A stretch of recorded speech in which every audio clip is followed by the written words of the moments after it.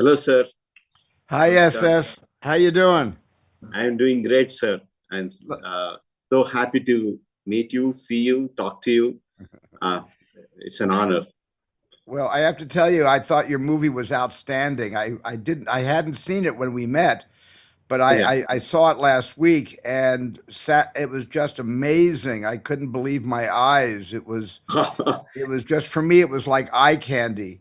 And Thank I thought the performances of Rama and Ram and Aaliyah and all of the cast was just, and Allison Duty, my girl from Last Crusade, Yeah, yeah. who I kind of in your movie I was kind of happy to see how you ended her story because she was so heinous, as was her husband. But a beautiful visual style, and I just thought it was extraordinary to look at and to experience. So congratulations for RRR.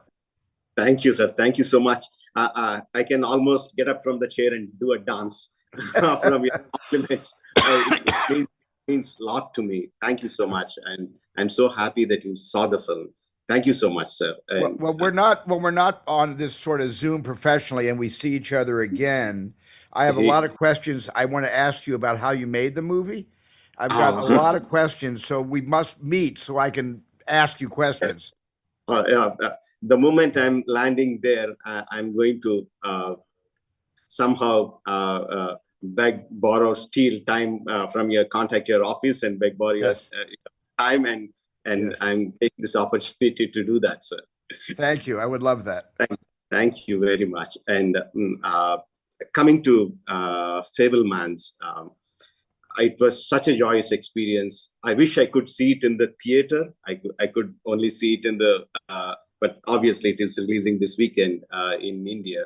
I could see it only on the OTT, but still it was so different from your other movies. But at the end of it, the joy that we usually get from your movies is always there in a completely different way. But it was so joyous to watch your movie. Thank you very much. I have many questions about your film. Um, the first and foremost thing is like uh, for people who don't know, it is your a kind of autobiography. Almost Mhm. all the incidents are based on your real life. My As I was watching the movie, I didn't have any inclination about what I was going to see, except that I know it was a part of your life.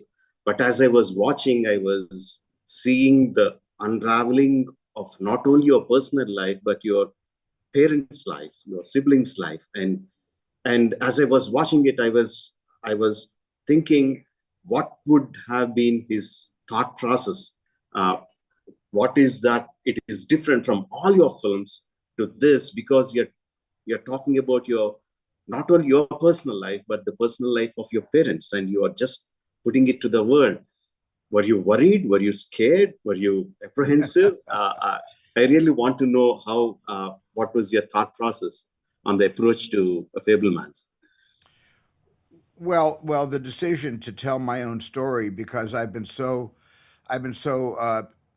I've always felt so safe in telling the stories of others, and I've always found my place behind someone else's story, steering the story and communicating the story, but not taking responsibility for the content of the story because the content was authored by novelists or historians or other people's stories. And I've always been a pretty good captain of a ship I did not build. But all of a sudden, I'm now the captain of a ship that I was not only on the crew building from scratch, along with my sisters and my mother and father, but suddenly I have a larger responsibility to tell the truth about some of the things that happened to me in my formative growing up years. But at the same time, I didn't want to hurt anyone. I didn't want to hurt my three sisters. I didn't want to embarrass my family. And yet I needed to sort of struggle with some of the trauma that we all experienced, as everyone experiences when they come from a broken home, when they come from divorce. and when they come from anti-Semitism, let's say, which happened to me in high school. Uh, um, so this was, I felt like I wasn't wearing as many clothes as I often wear when I'm telling someone else's stories. I felt like I was wearing a t-shirt and bathing trunks when I made the Fablemans. That's how exposed I felt in daring to tell a story about things that happened to me. Yeah, as I was watching the film, initially, when felt like was, oh my God, he's picturizing his own mom as not so good. Where I was sympathizing, empathizing with the father, but how how can he do that? How can he show his mother in a bad light? But as we progress, we understand uh, the difficulty of the situation. No one is bad. It is not about a person being good or bad. It's about following your heart and following your duty. Maybe a conflict between the duty, family duty, and the heart. Yes, It was yes, so wonderfully presented. yes. Uh, You're absolutely right. The story there are no villains in the story at all.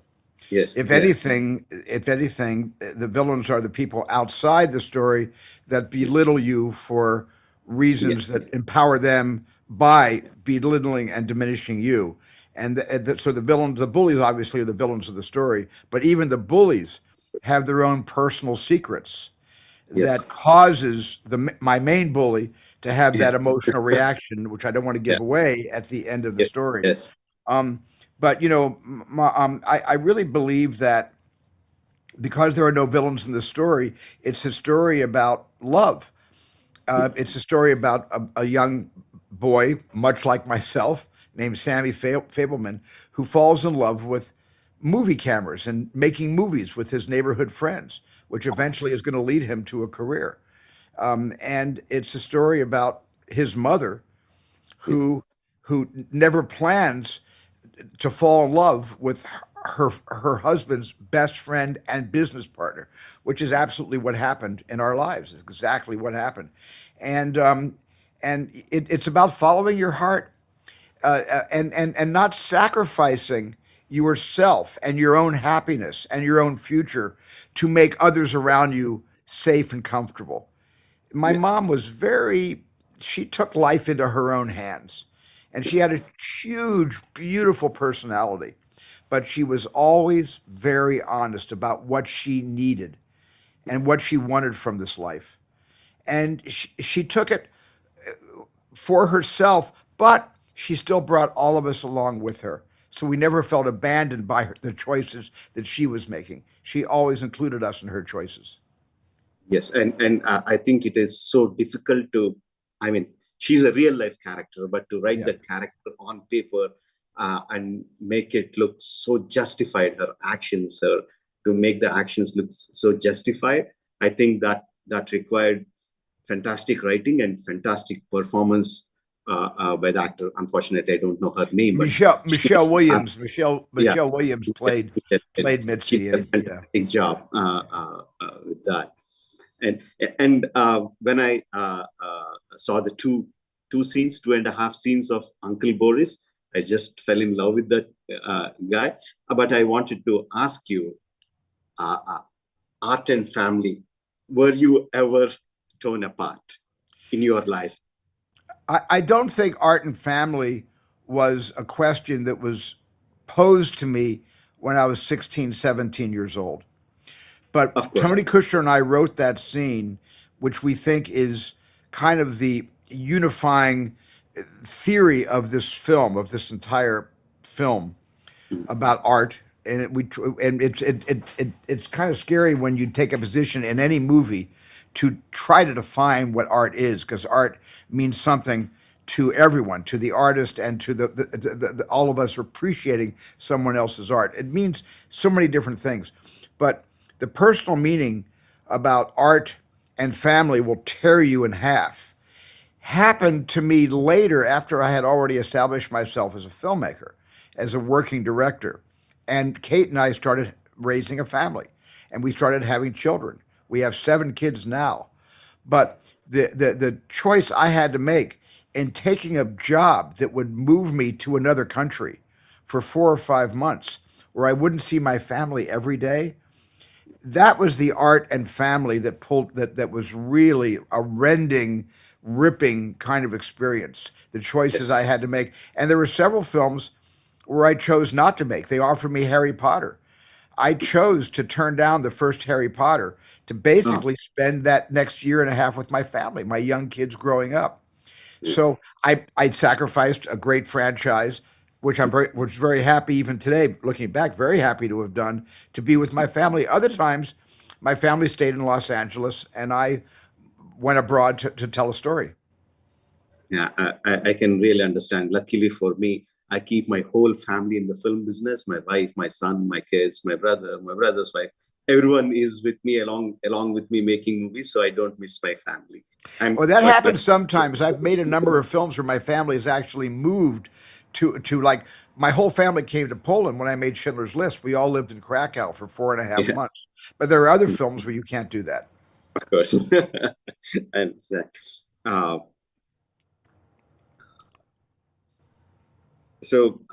there was one scene which I thought was the best scene in the movie. I don't want to give it away, but before the climax, the heartbreaking scene, uh, and the last shot before the scene when we see the Sam's character picturizing that heartbreaking moment with his camera. What was your thought behind that? Why did you place that shot there? This is at the very end, right?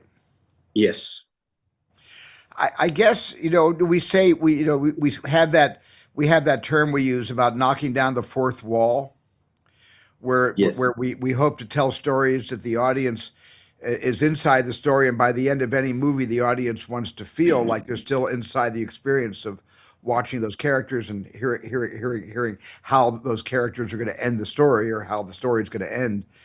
But I took a chance to knock down the fourth wall, to take the advice of a great filmmaker, the advice that he gave me about the horizon, mm. and which really happened, by the way. That word for word is to the best of my recollection. That's exactly what Oh. happened to me when I was 16 years old and met that great man for the first and last time. And so I just wanted to knock down the fourth wall to sort of say, I also learned something from that. Yeah, that was a great scene, by the way. But the question I had was like when Sam picturizes his grieving family with the camera. What was the meaning behind that particular shot? Oh, I'm sorry. Okay. Sometimes when I was growing up, and there was trauma in all of our lives. There's always trauma. No family, can Yeah. survive childhood Yes. without some form of trauma. And with me, when I discovered the movie camera as a kid, I could sometimes use my imagination when things were really bad at home Mhm. to imagine that I was making a movie of how bad things were at home. Even if I wasn't making the actual movie, I would pretend I was. Mhm. And it blunted the pain. And I think Ah, in that moment of trauma, when Sammy hears the news of what's about to happen between his mother and father, which is going to change their lives forever, Sammy imagines himself and looks up and sees himself in the mirror mhm. with a movie Yes. camera filming the traumatic sequence, when in fact he's just sitting there trying to blunt the pain. Yeah. Yeah. I took it in a slightly different manner. That happens to me uh, when some sad incident is happening around and it's going for some time. One part of my brain is feeling the pain. One part of my brain will be thinking of how would I picturize that scene, or how would that scene make its movie into a story. And I feel I'm such a horrible person, but I just can't stop my storyteller part of me. And when I saw that scene, I thought, okay, Steven Spielberg is also as horrible person like me. If he really felt like that, I thought that way. Maybe it is not, but that connected to me in a very strong way. Well, I think anybody that goes into the movie business and wants to be a writer or a director or an actor, or or in any of the crafts, uses the stuff that happens to them in their own lives Yeah. to create things to help tell a story. So I think some of the worst things that happen to us when we get into the movie business, we take some of those worst things and say, okay, let's profit from that pain and put it on the screen and see if anybody else can identify with it or agrees with it. Yeah, I'm sure. Um, in the same scene, what truly amazed me was the performance of the actors. Of course, senior actors, experienced actors, I can understand, but the four young actors, particularly the two girls, to perform to that extent, I was like really blown away. One part of me was like just feeling the scene, but the director part of me was Yes. thinking like, how could he make such young actors perform with to that extent? I would really like to know how you make your actors reach that level of performance. Well, Yeah, I think the younger the actor is, the less of a performance they give. But the younger the actor is, that young actor is more in connection with their own personal, individual feelings. And I kind of, when I'm casting young people, I try to cast young people who can play themselves, not who can do an accent or who can put on a costume and be nothing like they are in real life. But I try to cast actors who are very exactly like who they are in real life and then get them to believe that what's happening to these characters is actually in real time happening to them. And that's why I think these young actors are able to be so closely in touch with their own humanity or their, and the depth of their feelings, even feelings they don't quite yet understand because they haven't been to an analyst yet and and they haven't been in deep relationships or they haven't yet had their hearts broken, but they're young enough to be in real close proximity with how they really feel. And that's where some of the best performances come from. I think this is a gold nugget for me and many other directors. The point lies in casting, not on the day of the shoot, but like how you cast your actors. That is the secret lies there. That's a very important lesson. And coming to the young directors, I face this difficulty many times when people ask me what is the advice for young directors, how should they approach.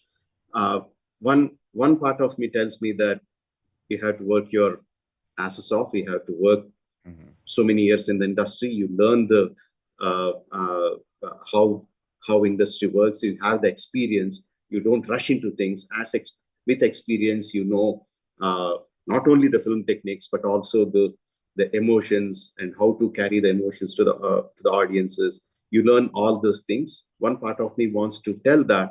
Other part of me thinks like, am I thinking too old? The newer generation are so capable of multitasking, probably, and the kind of tools that they have in their hand, we didn't have as in our learning days. Probably they should just jump in and learn. So, what is your advice for young filmmakers? Which is the right way to do it? Well, a young filmmaker who is free to tell their own stories, stories that they make up inside their imaginations. My advice to them, if they have if they're using their phone as a camera, because you can make an entire movie on your phone today. We didn't have that luxury when we were Yes. growing up. But when you can do that today, I would simply say, tell stories that you're familiar with. You know, do what you know. Find as much of yourself to put in that film, even if the film's science fiction or an adventure or something that is fantasy or something that is not realistic. There's still a lot of truth about who the filmmaker is. That if you're in touch with that truth, you'll put a lot of your own personality into those different stories. But if you're a young director that's been given a chance to prove themselves professionally, you're given a budget and a very short schedule, much too short, and you're often given actors that you don't choose yourself. That's the hardest position to be in, and yet it's a tremendous opportunity to use those collaborators and actors and other crew members that have had more experience than you. Listen, don't talk. As Uncle Boris says to Sammy, shush, you talk too much. Listen. That would be my advice to young filmmakers. Don't talk so much. Listen. Listen to people that you're working with that have done more work than you. They've got tremendous advice they can give you, and they'll teach you the art of collaboration. Because you cannot make a movie like RRR, which as you know, I loved, the film that you directed and wrote and collaborated on. You cannot make a movie like that without having everybody in a collaboration where everyone feels that they're making a contribution of the best of who they are, so your movie will be the best thing you've made. And that is something that I would always tell a young filmmaker, seek the advice of your elders, so to speak, and collaborate and listen. Great. Listen. I'll take that single word. Listen. Don't talk. Listen. And but if I say as a young filmmaker, assuming that I'm a young filmmaker stepping into my first film, and there is a producer or a studio who is putting their money on me, believing that I deliver, and if I ask my production designer or cameraman or a story writer, someone says to say that I don't know how to do this. If I say I don't know, will that uh, make my producer or my studio lose faith in me? Will they look down upon me if I say I don't know? When I was about to make Jaws, I met a famous American director named Henry Hathaway, and I was about to go off to Martha's Vineyard, which I thought would be a 3 month shoot. Turned out to be 7 months in Martha's Vineyard. I went way over schedule on that one. But Henry Hathaway said to me, "Let me give you some advice. When you come to the set in the morning and you don't have any ideas, or you've run out of ideas, you don't quite know what to do, pretend you have every idea in the world. Don't show weakness in front of your crew, or they'll all disrespect you." And I did not listen to that advice because on Jaws, it was so hard to make. I needed everyone's help. And if I had taken Henry Hathaway's advice and pretended that I had all the answers, I would have been laughed off the Atlantic Ocean because nobody had the answers in how to make Jaws except the ocean and the people building the mechanical shark. That was a great. I mean, I have my own experience, but I wouldn't take my time for in this. I'll explain to you when we meet in Los Angeles. So one more question on the same thing. This is not just for the young filmmakers, but filmmakers in India. Uh, is there an approach that we as Indian filmmakers have to change to pursue the Oscar dream? It is such a big thing for many of us, or most of the world. So, is there something that we should change, or something we follow to chase the Oscar dream? Because we have been lagging behind quite a lot. So, do you think we should do something different? I would never presume to give advice about what anyone should do differently based on the country you're from and the culture you've grown up with and the the stories you want to tell. I would just say keep telling your own stories and don't try to conform your stories to stories you think the world wants to hear, because then you're working for the world. You're not working from your own heart. Tell the stories that come from your heart, and that will service you for the rest of your career. Thank you so much. Last question I want to ask is like, uh, when I was watching Fabelmans, it felt like there is so much more story to come. I didn't feel like this was an ending. I felt like this was a comma. So, are we going to see more of Sam's story? Well, I can say right now, I don't have any plans to continue Sammy Fableman's stories beyond where the film fades out. Yeah. because it was such a gratifying and satisfying and uplifting experience for me. It was also a very heavy experience, a very sad experience. I had to recreate the divorce of my parents. I had to recreate a lot of things that made me cry on the movie, on the set when I was shooting. I'd have to sometimes walk away from the set and go outside and just breathe fresh air before returning. I'm not ready to go back into the gestalt of my life again in the foreseeable future, but who knows? Who knows? Yeah, yeah. I mean, why I asked the question is like, even though you are telling the story of your parents, uh, or your siblings or your family, it was always through the point of view of Sam. How Sam perceived the closeness and the drifting away of his family. So as I was watching, I also thought we would see uh, how Hollywood works, or how difficult or easy is it for young Sam to venture into Hollywood from a young guy's perspective. I thought we are going to see more. At least that's what we want to see as fans. I kind of believe sometimes in predestiny, Yeah. that sometimes the stories that you deny yourself or say you will never tell, you find yourself in 2 or 3 years just telling the story that you denied. So maybe someday it will happen. I don't think that's for me to say. If I suddenly get a message or a signal and I'm drawn to back to Sammy again, someday it could happen. But I have no plans, immediate plans to do that right now. Thank you so much, sir. And for a person who has 22 nominations, three Oscar wins, I don't think it's a point to say all the best for your fourth one.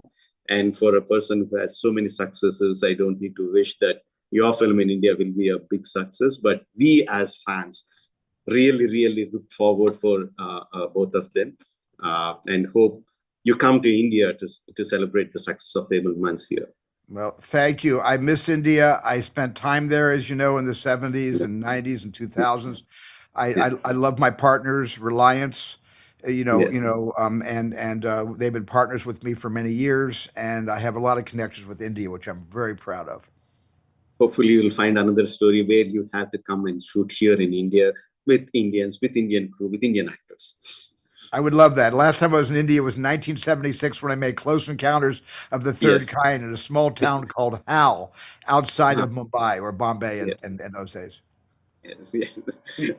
This time, hopefully, it's in Hyderabad, my hometown. That would be great. Okay, that would Yeah. be good. I'll hold you to that. Thank you, sir. Thank you very Thank you, much. SS. Thank you so much.